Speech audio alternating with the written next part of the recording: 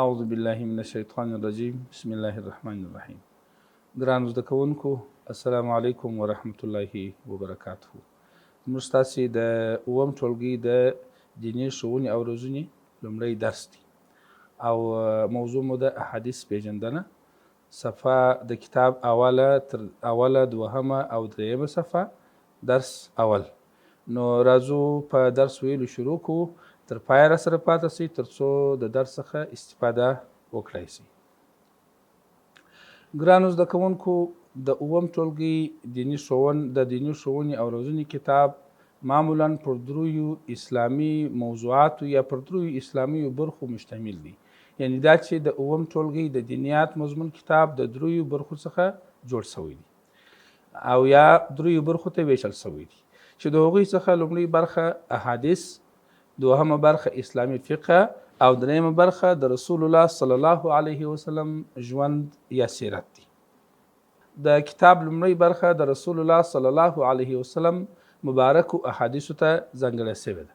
موږ تاسې هم شروع کوو لومړی درس د رسول الله صلی الله علیه وسلم په احادیثو سره.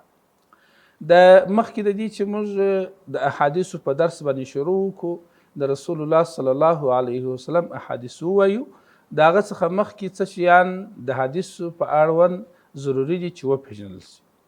موږ په ننني درس کې پر لاندې موضوعاتو باندې بحث کوو.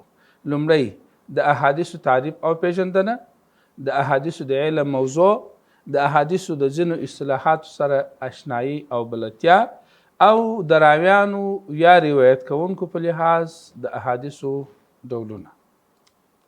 راځو د حدیث شریف په درس باندې شروع کوو. مخکې د دې لکه مخکې چې مو وویل چې د احادیثو مقدسو و درس ته ولاړ شو، لومړی د احادیثو تعریف او پیژندنه وایو. د احادیثو تعریف: حدیث په لغت کې خبرو او نویو پیدا شوي شي ته ویل کیږي. یعنی موږ چې په روزمره ژوند کې خبرې کوو دا هم حدیث بلل کیږي. په دنیا کې چې هر نوې پیښه یا حادثه مخته راځي هغه ته هم حدیث وایي په لغوي لحاظ. ولې په اصطلاحي لحاظ احادیث د رسول الله صلی الله علیه وسلم قول، فعل او تقریر ته ویل کیږي. یو ځل بیا، حدیث په لغت کې خبرو او نویو پیدا شوي شي ته ویل کیږي او په اصطلاح کې د رسول الله صلی الله علیه وسلم قول، فعل او تقریر ته احادیث ویل کیږي.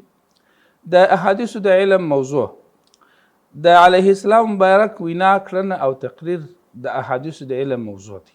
یعنی د احادیثو په علم کې موږ یوازې د رسول الله صلی الله علیه وسلم قول یعنی خبرې د پیغمبر علیه السلام او همدا ډول د پیغمبر علیه السلام کړنه یعنی دا چې پیغمبر صلی الله علیه وسلم کوم عمل سرته رسولی، او دریم د پیغمبر علیه السلام تقریر دا چې د رسول الله صلی الله علیه وسلم په حضور کې یا په مخ کې یو چا یو خبره یا یو کړنه کړي، رسول الله صلی الله علیه وسلم د هغه په اړه سکوت اختیار کړي، دې ته تقریر ویل کیږي چې وروسته هم راځو انشاءالله په تفصیلي ډول یې وایو.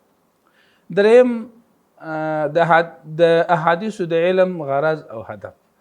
هدف دا چې یو څوک د رسول الله صلی الله علیه وسلم احادیث زده کوي یا یې نورو ته وایي، نو د رسول الله صلی الله علیه وسلم د احادیثو د زده کړې څخه د یو مسلمان هدف او مقصد و مرام څه شي دي؟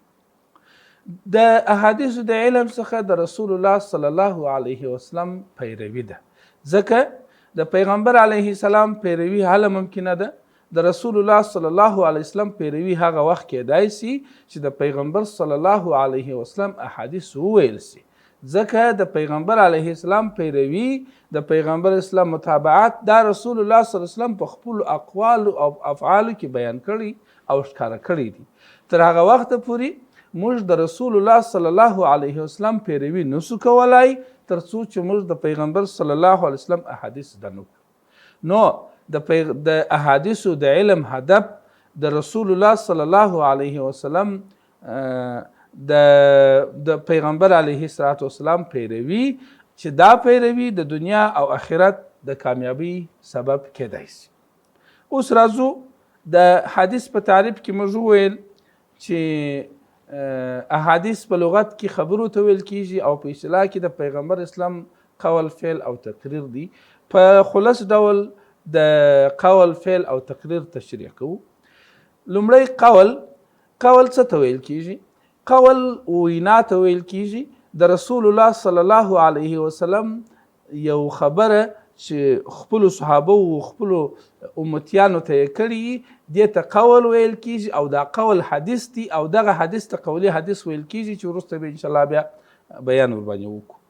دوهم کړنه. د کړنې د اصطلاح یا د معنا سره تاسې اشنا یاست.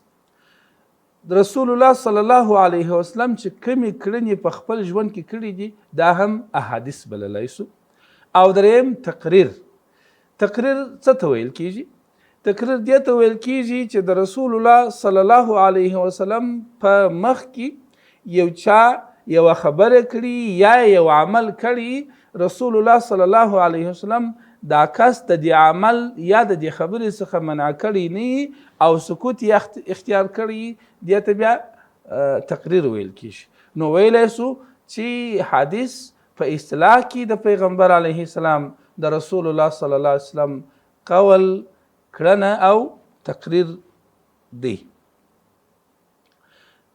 دا چې د رسول الله صلی الله علیه وسلم احادیث صحابه کرامو روایت کړي دي، تابعینو روایت کړي دي. طبعا د رسول الله صلی الله علیه وسلم په احادیثو کې د صحابه کرامو نومان هم راځي، د تابعینو نومان هم راځي. نو په کار دا ده چې تابعی، صحابي او تابعی هم وپېژنو. لومړی صحابي چاته ویل کیږي؟ صحابي هغه څوک دی چې علیه السلام مبارک یې لیدلی وي، بیا یې په رسول الله صلی الله علیه وسلم باندې ایمان راوړی وي او د ایمان سره وفات سوی وي. دا درې سره شرطونه پکښې کې دي: پیغمبر اسلام لیدل، ایمان ورباندې راوړل او د ایمان په حالت کې وفات کېدل. که یو چا صرف پیغمبر علیه السلام لیدلی وي ولی ایمان یې نه راوړي، هغه صحابي نه دی. که یو چا پیغمبر صلی الله علیه وسلم لیدلی وي، ایمان یې راوړي او بیا د ژوند په وروستیو کې د اسلام څخه وتلی، هغه ته هم صحابي نه ویل کېږي. دوهم د تابعی پیژندل. تابعی هغه څوک دی چې د اسلام په حالت کې د صحابي سره ملاقات سوی. مخکې مو ویل چې صحابي هغه څوک دی چې د پیغمبر صلی الله علیه وسلم سره ملاقات سوی وي او بیا پر ایمان باندې وفات سوی وي. اوس وایو چې تابعی بیا هغه څوک دی چې د صحابي سره د ایمان په حالت کې ملاقات سوی. راځو د احادیثو جوړښت ته. احادیث د پیغمبر صلی الله علیه وسلم حدیثونه دا څنګه جوړ شوي دي، هغه د دوی جوړښت څنګه دی. احادیث عموما د دوو برخو څخه جوړ شوي دي. هر حدیث په خپل ځان کې دوې برخې لري. لومړی برخه یې سند ده. سند د راویانو د نومونو سلسلې او لړۍ ته ویل کیږي چې د حدیث د علم په شروع کې ذکر شوی دی. د رسول الله صلی الله علیه وسلم قول دا د پیغمبر علیه السلام څخه مرتبه پر مرتبه باندې تر موږ پورې را رسېدلی دي.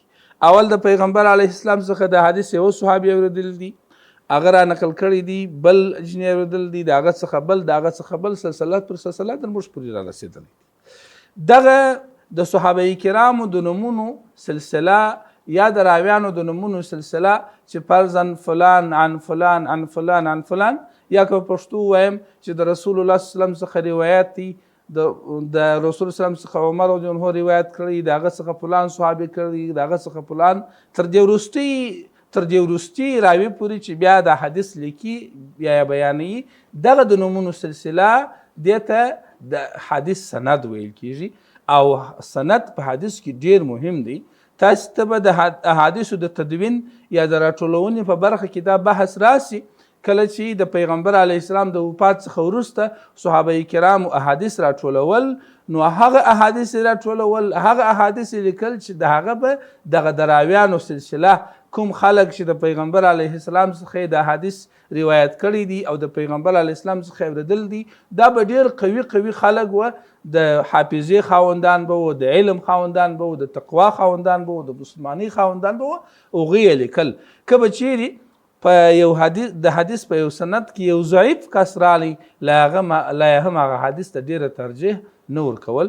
نو په دې اعتبار د احادیث لومړی برخه یا سند د احادیث د سقط د حدیث د قوت لپاره ډیر مهم دي. نو وایي چې د حدیث لومړی برخه سند دی او سند د پیغمبر علیه السلام په حدیث کې د راویانو د نومونو سلسله یا لړۍ ته ویل کیږي.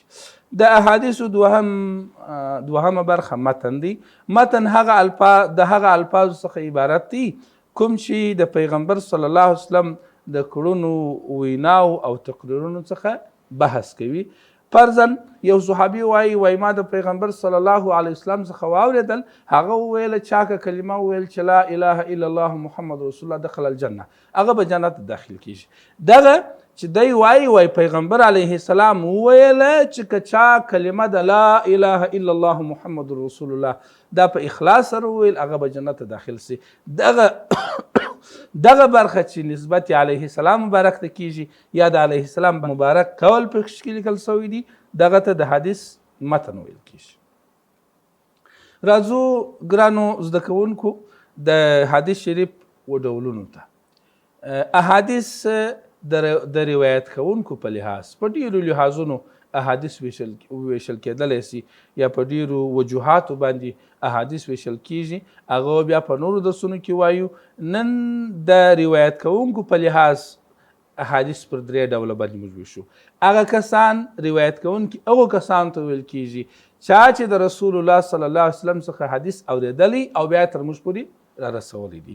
دغو خلکو ته په کتلو سره د دوی علم او د دوی تقوا ته په کتو سره د دوی هغه شمیر ته په کتلو سره علماو احادیث پر درو برخو ویشل دي. اول متواتر حدیث، دوهم مشهور حدیث او دریم احاد حدیث. راځو لومړی متواتر حدیث ته ځو. وایي متواتر حدیث هغه حدیث ته ویل کیږي چې د راویانو شمیر یې دومره زیات وي چې راټولېدل یې پر درواغو امکان نه لري. د رسول الله صلی الله علیه وسلم څخه دغه خبره دغه حدیث دومره ډیرو صحابه کرامو اوریدلی او دومره ډیرو روایت کوونکو را روایت کړي چې درواغ بلل یې ناممکن وي یا پر یو موضوع باندې د خلکو پر درواغو باندې د دغو خلکو راټولېدل ناممکن وي. د مثال په ډول که چیرې اوس د دې سیم څخه د باندې یو شاګرد راسي دلته موږ ته په یو موضوع باندې خبر راکړي. د مثال په ډول راته ووایي چې د باندې باران د دې شاګرد خبره ده. د شاګرد خبره وکړل کښېنستی. اوس دغه د باران اوریدلو خبر که موږ ته 10 یا 15 شاګردان نور د باندې څخه راوي چې هر یو راځي دلته په سیم کې وایي چې بارانو د باندې و بارانو نو د دغه شاګردانو د ډیروالي په وجه اخیر دا خبر د تواتر اندازې ته رسیږي. یعنی دې اندازې ته رسېدلی سي چې موږ دا ناس کسان یې بیا پر درواغو حمل کولی نسو ځکه د دومره ډیرو خلکو راټولېدل پر درواغو ناممکن دي. نو او که چیرې یو دوه ووایي هغه نو څوک د دې احتمال لري چې باران وي او د دې احتمال وي چې باران نه وي. نو لکه څنګه چې مثال درته ووایه که یو حدیث د رسول الله صلی الله علیه وسلم څخه دومره ډیرو خلکو روایت کړي وي دومره ډیر روایت کوونکي ولري چې د هغوی ټولو راټولېدل پر درواغو ناممکن وي نو دې حدیث ته متواتر حدیث ویل کیږي. دوهم د همدې متواتر حدیث څه شرطونه دي. اول شرط یې دا دی وایي د راویانو شمیر به یې زیات وي. دوهم شرط یې دا دی چې راټولېدل به یې پر درواغو ناممکن وي دومره به زیات وي چې د دومره ډیرو خلکو راټولېدل به پر درواغو ناممکن وي. دریم چې د راویانو شمیر یې په ټولو طبقو کې یو شان وي. یعنی دا چې د احادیثو راویان دا باید په هره طبقه کې کم سوي نه وي په ټولو طبقو کې هغه شمیر په همهغه اندازه وي. د راویانو په اعتبار د احادیثو دوهم ډول مشهور حدیث دی. مشهور حدیث هغه حدیث ته ویل کیږي مشهور حدیث هغه حدیث ته ویل کیږي چې د علیه السلام مبارک په زمانه کې د راویانو شمیر کم وي خو د تابعینو په دور او د تابعینو په زمانه کې مشهور شوی وي او د راویانو شمیر یې په ټولو طبقو کې د تواتر اندازې ته نه وي رسېدلی. مطلب او هدف دا چې مشهور حدیث هغه حدیث ته ویل کېږي چې د پیغمبر علیه السلام یا د صحابه په زمانه کې د راویانو شمیر کم وي، د تواتر په اندازه نه وي. خو په دا وروسته وختونو کې د تابعینو په زمانه کې د ډېر روایت څخه د ډېر وینا څخه دغه حدیث دغه حدیث په ډېرو روایت کوونکو سره په ډېر روایت سره مشهور شوی وي او د راویانو شمیر یې لکه د متواتر حدیث ته په ټولو کې د تواتر اندازې ته نه وي رسېدلی. درهم احاد حدیث د روایت کوونکو په لحاظ دریم ډول حدیث احاد حدیث دی.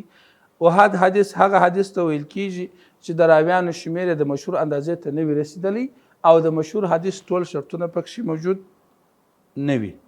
ګرانو شاګردانو، دا زموږ د نن ورځې د دیني او ښوونې درس. بیا چې په بل درس کې ستاسو خدمت ته حاضرېږو. تاسو پر لوی او مهربان خدای سپارو. والسلام علیکم ورحمة الله وبرکاته.